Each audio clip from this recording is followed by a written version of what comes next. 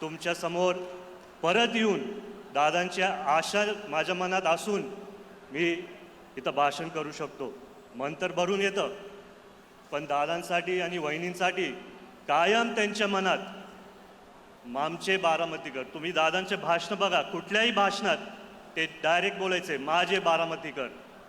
एका मुलाचा आणि वडिलांचा नात्याच्या हिशोबाने मी शाळेत असताना त्यांना विचारायचो, दादा तुम्ही रात्रंदिवस काम करता, रोज तुम्ही काम करत जाता, थोडं कुटुंबाला वेळ द्या. त्या काळात मला ते एवढं समजलं नाही, पण जेव्हा दादा बोलले की जयड्या सर्व बारामतीकर माझं कुटुंब आणि सर्व महाराष्ट्रातली जनता माझं कुटुंब. पण आज मला कळतंय की दादा एवढं मोठं कुटुंब मला तिथं सोडून गेलेत आणि त्याच्यामुळे आपण एकत्रित एक इतिहास घडवू शकतो यावेळेस. खरं सांगायला गेलं तर जाता जाता दादांनी एक इतिहास घडवून गेले. वहिनींना राज्यातले पहिला महिला उपमुख्यमंत्री त्यांनी केलं.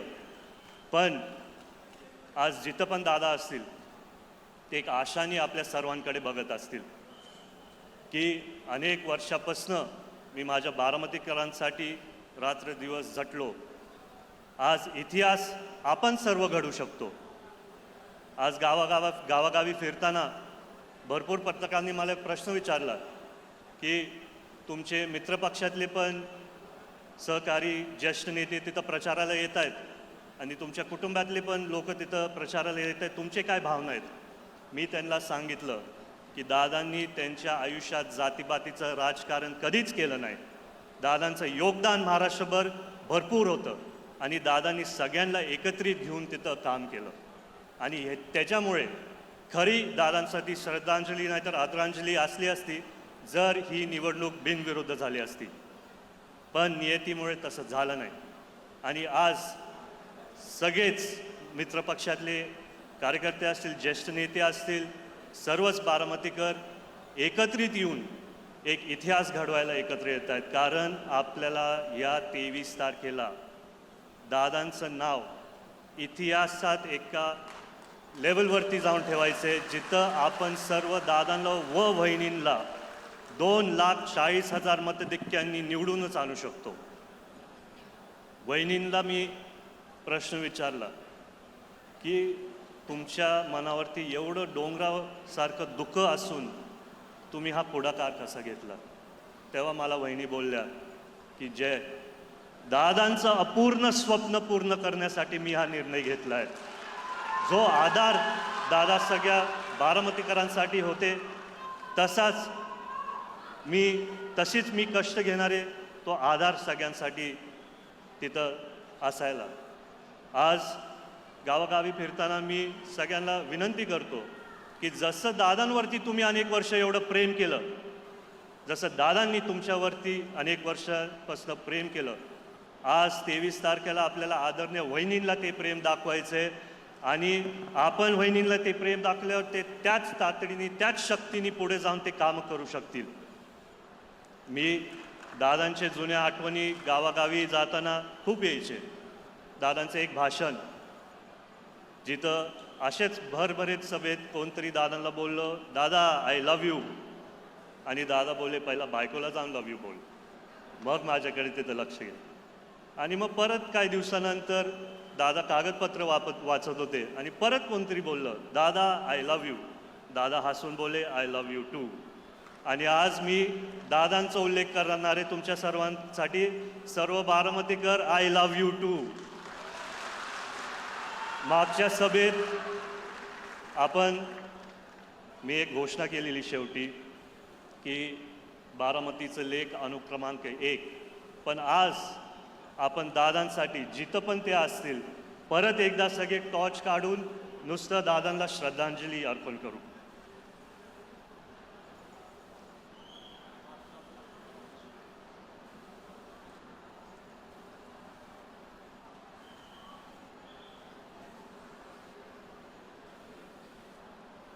एवढं प्रेम दादा जिथं पण असतील त्यांचं पण मन भरून येईल. आज आपण सर्व इथं आला, माझे 2 शब्द ऐकले. जय हिंद, जय महाराष्ट्र, जय राष्ट्रवादी. धन्यवाद दादा. जयदादा यांनी सांगितलं की आदरणीय दादा इतिहास घडवून गेले आणि आदरणीय बहिणींच्या माध्यमातून आपण नवा इतिहास घडवण्यासाठी सज्ज होऊया, हा आशावाद दादांनी व्यक्त केलेला आहे. साऊंड सिस्टीमच्या लोकांनी लक्ष द्या. स्टेजवर चांगला आवाज येत नाही. मॉनिटरचा आवाज वाढवा स्टेजवरच्या सगळ्या. स्टेजवरचा मॉनिटर थोडा जास्त द्या, इकडे दोन्हीकडचा. धन्यवाद. यानंतर आपण पुढच्या मनोगताकडे जातोय. अन्न व नागरी पुरवठा मंत्री सन्माननीय छगनराव भुजबळ साहेब. आदरणीय छगनरावजी भुजबळ.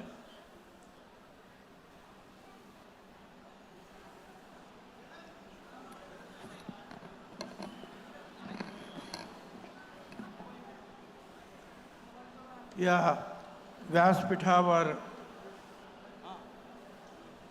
विराजमान असलेल्या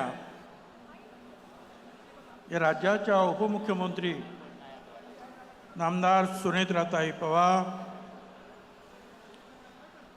खासदार पार्थ पवार, जय पवार, सुनील तटकरे, हसन मुश्रीफजी, दिलीप वळसे पाटील, मकरंद पाटील, बाबासाहेब पाटील, सर्व आमदार, सर्व माझे सहकारी मंत्री, लोकप्रतिनिधी, महायुतीचे सर्व पदाधिकारी आणि उपस्थित मतदार बांधवांनो, भगिनी आणि मातांनो, 28 जानेवारीची अतिशय दुष्ट अशी ती सकाळ आज सुद्धा आपल्या डोळ्यासमोर आहे. दादाच्या विमानांचा स्फोट झाला. त्याचे हादरे फक्त बारामतीलाच बसले नाही, महाराष्ट्रातल्या प्रत्येक घराला त्या स्फोटाचे हादरे बसले. त्या दिवशी बारामतीमध्ये चूल पेटली नाही, पण राज्यात आणि अनेक ठिकाणी सुद्धा तीच परिस्थिती होती. लोक अश्रू गाळत होते, दादांची आठवण काढत होते.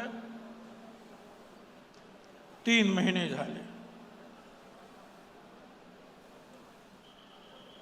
पण ठीक आहे, ही जगराहाटी आहे, आपला इतिहास आहे. एका पाठोपाठ एकानं ही विकासाची पालखी उचलायची आहे, पुढे चालायचं आहे. आजची ही सभा केवळ प्रचाराची सभा नाही, बारामतीच्या इतिहासामधील एक अतिशय भावनिक असा निर्णायक असा क्षण आहे.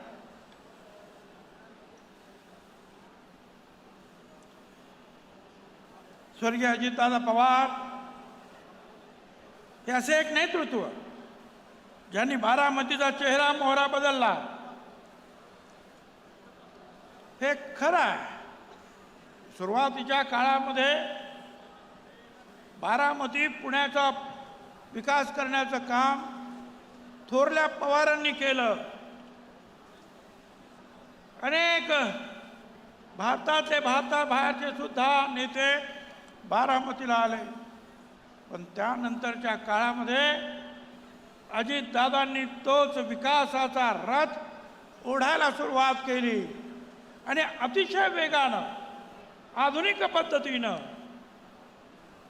विकास करण्यासाठी जे आहे रात्रंदिवस त्यांनी मेहनत घेतली.